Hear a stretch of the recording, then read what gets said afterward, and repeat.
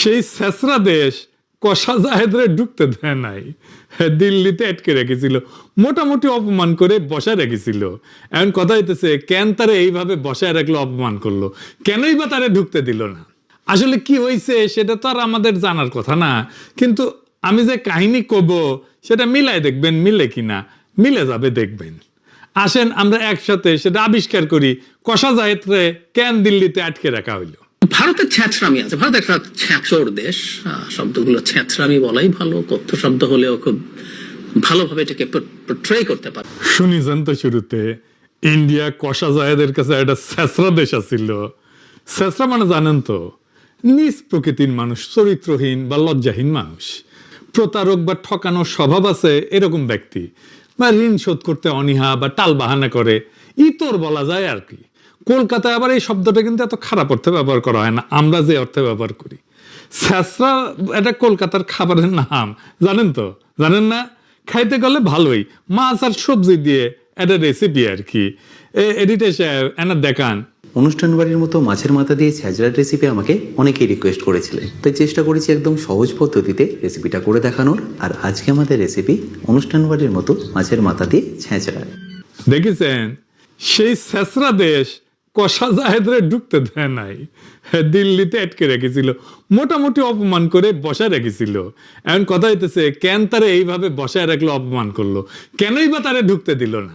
আসলে কি হয়েছে সেটা তো আর আমাদের জানার কথা না, কিন্তু আমি যে কাহিনী কব সেটা মিলাই দেখবেন, মিলে কিনা, মিলে যাবে দেখবেন। আসেন আমরা একসাথে সেটা আবিষ্কার করি, কষা জাহেদরে কেন দিল্লিতে আটকে রাখা হইলো। আপনারা প্রথমে দেখলেন কষা জাহেদ ইন্ডিয়ারে ছেঁচড়া করতেছে, এমন ভিডিও তো দেখছেন। গত বছর সেপ্টেম্বর মাসে খাগড়াছড়িতে কিছু ঘটনা ঘটেছিল, 3 জন মারা গেছিল। সেই সময় ইউনূস সরকারের স্বরাষ্ট্র উপদেষ্টা কইছিল এইটায় ভারতের সংশ্লিষ্টতা আছে, মনে আছে না? একটা গ্যাঞ্জাম হয়েছিল। সেই সময় কষা জাহেদ একটা ভিডিও বানাইছিল, ওই টাইমে তো দিনে 2-3টে করে ভিডিও বানাইতো। ওই কইছিল সে ভিডিওতে, স্বরাষ্ট্র উপদেষ্টা বলছেন যে এখানে ভারত এবং ফ্যাসিস্টের দোসরেরা জড়িত আছে। আমি মনে করি ওই কষা জাহেদ করছে, আমি মনে করি থাকতেই পারে। বাংলাদেশে যেখানে কোনো একটা কেওয়াস বা বিশৃঙ্খলা তৈরির সম্ভাবনা আছে, সেখানে আওয়ামী লীগ এবং তার টাকা কাজ করবে, সেখানেই ভারত কাজ করবে, এটা নিয়ে আমার ন্যূনতম কোনো দ্বিধার কিছু নাই। কষা জাহেদ নিজে কইছিল, আরো কইছিল পাহাড়ে বা আমাদের দেশে আগে যখন ইনসার্জেন্সি এই বিদ্রোহ ছিল, তখন ভারত প্রত্যক্ষভাবে তাদের মদত দিছে, এগুলো আমাদের জানা তথ্য। সুতরাং ভারত এখনকার প্রেক্ষাপটে বাংলাদেশকে চাপে রাখার জন্য এমন কিছু করবে না, এটা আমি মনে করি না। করতেই পারে, কিন্তু সরকারের এই কাজগুলো অনেক আগে থেকে বুঝে প্রিএমটিভ স্টেপস নেওয়ার দরকার ছিল। ঘটনা ঘটার পরেও এমনভাবে পরিস্থিতি নিয়ন্ত্রণে নেওয়া দরকার ছিল যাতে অন্তত জানমালের ক্ষয়ক্ষতি না হয়। আমরা মর্মান্তিকভাবে 3 জন মানুষ মারা যেতে দেখলাম, সেই ঘটনাগুলো যেন না ঘটে। এই কথাই কইছিল, আমার কথা বিশ্বাস করার দরকার নাই, তার নিজের মুখে শোনেন, এইটা সে বানা দেখান। আমরা স্বরাষ্ট্র উপদেষ্টাকে কথা বলতে দেখলাম, তিনি বলছেন যে এটার সাথে ভারত এবং ফ্যাসিস্টের দোসররা জড়িত আছে। আমি মনে করি থাকতেই পারে। বাংলাদেশে যেখানে যেখানে কোনো একটা কেওস তৈরির সম্ভাবনা আছে এবং এই কেওসটাকে আরও বেশি খারাপ করে তোলার সম্ভাবনা আছে, সেখানেই আওয়ামী লীগ এবং তার টাকা কাজ করবে, সেখানেই ভারত কাজ করবে। এটা নিয়ে আমার কোনো ন্যূনতম কোনো দ্বিধার কিছু নেই। আর পাহাড়ে আমাদের আগে যখন ইনসার্জেন্সি ছিল, তখন ভারত প্রত্যক্ষভাবে সেটা মদত দিয়েছে, এগুলো আমাদের জানা তথ্য। সুতরাং ভারত এখনকার প্রেক্ষাপটে বাংলাদেশকে চাপে রাখার জন্য এমন কিছু করবে না, এটা আমি মনে করি না। করতেই পারে। শুনিছেন? আচ্ছা বলেন তো, ইন্ডিয়া কখনো কইছে যে আমরা খাগড়াছড়িতে আগুন জ্বালায় রাখবো, গ্যাঞ্জাম করবো? কইছে? কয় নাই। তাও কষা জাহেদ কইতেছে ইন্ডিয়া এটা করতেই পারে। ইন্ডিয়া কয় নাই, তারপরেও কইতেছে ইন্ডিয়া এটা করতেই পারে। তারপরে সে উপদেষ্টা হইল, পশ্চিমবঙ্গে নির্বাচন হইল, শুভেন্দুর ঘোষিত নির্বাচনী ইস্তেহারে 1 কোটি বাংলাদেশি মুসলমানকে তাড়ানোর পরিকল্পনা দেওয়া হইলো। সে নির্বাচনের আগে পারফরমেন্স করে দেখাইলো কেমনে বাংলাদেশিদের দাওয়া দেবে। ধর ধর বাংলাদেশি ধর, এডিটে সাহেব দেখান আর একবার।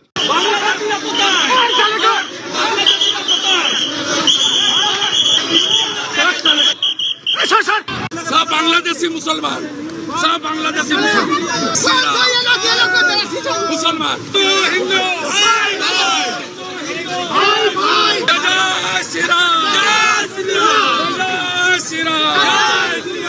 দেখেছেন না? এটা তারা ডিটেনশন সেন্টার বানাইলো, সেখানে সে ডিটেনশন সেন্টার অনেকে আটকে রাখলো, সেখান থেকে নানা পয়েন্ট দিয়ে বাংলাদেশে পুশিনের চেষ্টা করলো, অনেকগুলো পয়েন্ট দিয়ে রাত্রেবেলা করে আমাদের বিজিবি ঠেকাইলো গ্রামবাসীর সহায়তায়।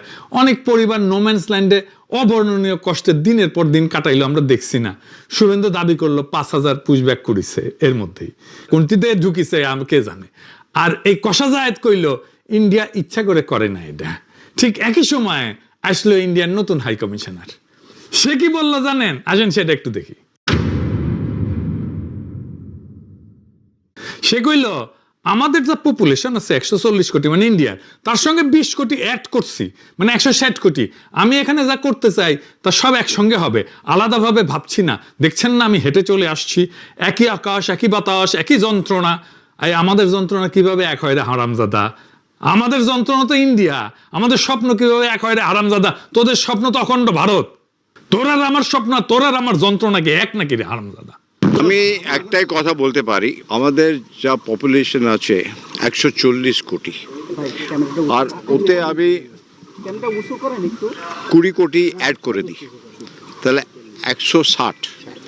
আমি যা এখানটা করতে চাই ওইটা 140 নয়, 60 অ্যাডেড, এখান থেকে 20 অ্যাড করে দিচ্ছি, তাহলে যা হবে একসঙ্গে হবে। বুঝেছো? আলাদাভাবে আমি ভাবছি না, আমার মনে ওইটা ঢুকছেই না।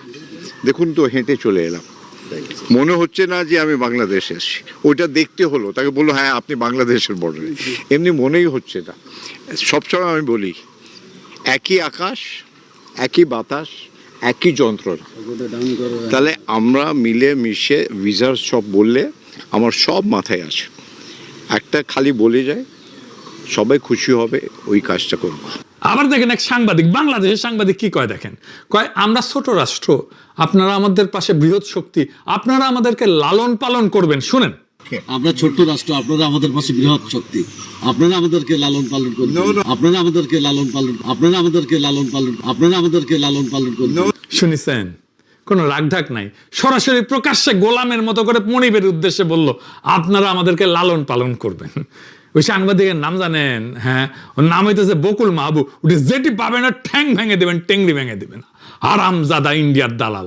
ওই বাংলাদেশ প্রতিদিনে কাজ করত, তারপরে নিউজ 24 কাজ করত বেনাপোল প্রতিনিধি হিসাবে, আবার বেনাপোল প্রেস ক্লাবের সাধারণ সম্পাদক হিসেবে দায়িত্ব পালন করছে। কিরকম আরামজাদা, কিরকম ইন্ডিয়ার দালাল দেখেছেন? বসে আছে কেমন করে প্রভুর নিউজ চেপে গেল দেখেছেন? কি বাজে কথা কইলো, বাংলাদেশকে সে খেয়ে নিতে চায়, বাংলাদেশকে একসাথে করে নিতে চায়। পররাষ্ট্র মন্ত্রণালয় কোনো প্রতিবাদ জানাইছে? বলে নাই। আমাদের ইন্ডিয়ার মধ্যে ঢুকায় নেওয়ার কথা কওয়া হইলো, কেউ কিছু কইতেছে না, কারো কোনো স্যাদব্যাদ নাই। কাশ্মীর বানায় দেওয়ার একটা প্ল্যান নিয়ে আগাইতেছে তারা। এর মধ্যে রংপুরে রামমূর্তি নিয়ে কি গ্যাঞ্জাম লাগিয়েছে না? ইন্ডিয়ার গোয়েন্দা সংস্থার কানেকশন তো পাওয়া গেছে এখন, দেখেছেন তো? আমি একটা ভিডিও করেছিলাম, সেটাও তো দেখেছেন। এডিটর সাহেব দেখে দেন, দেখেছেন? আমি শুরু করেছিলাম, তারপর এখন কোথায় যায় লাগিয়েছে এটা। সেইখানে এরকম একটা বিপজ্জনক পরিস্থিতিতে ইন্ডিয়ার একজন বিশ্বস্ত স্পোক্সম্যান দরকার বাংলাদেশের মধ্যে। কেমনে পাবে? ইন্ডিয়ার মেলা স্পোক্সম্যান আছে, পুন্দের আলো, দিল্লি স্টার, এগুলো সেগুলো আছেই তো, কিন্তু পলিটিশিয়ানদের মধ্যে, সরকারের মধ্যে বুড়া কিছু আছে, যেমন ধরেন শিলং সালাউদ্দিন আছে, আমির খসরু আছে, মির্জা ফখরুল আছে, বা মেজর হাফিজ আছে, গয়েশ্বর আছে। এ তো বলবে না, রিস্ক আছে। এই প্রো ইন্ডিয়ান কথা কবে? কষা জাহেদকে দিয়া। সে ইন্ডিয়া ইচ্ছা করে পুশিং করতেছে না, এইটা বলে যে পয়েন্ট হারাইছিল, যে গালি খাইছিল, সেটা গেইন করার জন্য এই নাটকটা করা হইলো দিল্লিতে। এটা পুরা দল যাইতেছিল, সে ছিল দল নেতা, তার দলের প্রায় 20 জনের মতো সবাই ঢুকে গেল ইন্ডিয়াতে, সবাই ঢুকতে দিল, আর ঢুকতে দিল না তারে। সে রাগ করে দেশে প্রেস্টিজ বাঁচানোর জন্য চলে আসলো, আর চারিদিকে ধন্য ধন্য পড়ে গেল। ধন্য ধন্য বলি সবে। সাবেক চিফ প্রসিকিউটর তাজুল ইসলাম পর্যন্ত কইছে জায়েদকে দিল্লিতে ঢুকতে না দেওয়াটা সার্বভৌমত্বের উপরে আঘাত। আমাদের দেশের একজন উপদেষ্টাকে সকল ডিপ্লোম্যাটিক চ্যানেলে জানিয়ে দেবার পরেও তার সাথে যে অসৌজন্যতা করা হয়েছে, এটা আমাদের সার্বভৌমত্বকে চ্যালেঞ্জ করার শামিল। শুনেছেন? এনসিপিরা দলে দলে স্ট্যাটাস মারতে থাকলো কষা জায়েদের পক্ষে। দেশের অপমান হয়েছে। কষা জায়েদ মানে দেশ নাকি রে? জামাত দিছে কিনা জানি না, দিতেও পারে। বাংলাদেশের পলিটিশিয়ান হইতে হইলে তার উন্নত মানের বেকুব হইতে হয়। বেকুব না হইলে ইন্ডিয়া বাংলাদেশে এরকম রাজধানী চালিতে পারে দিনের পর দিন, এতদিন ধরিয়া। ব্যাস ব্যাস, তারপরে এখন কষা জায়েদ এখন অ্যান্টি ইন্ডিয়ান সিপা সালার হয়ে গেল। নিজের কাণ্ডজ্ঞান দিয়া বলেন তো, সে যাবে, এটা কূটনৈতিক চ্যানেলে জ্বালানো হয়েছে, সে নিজেই বলছে।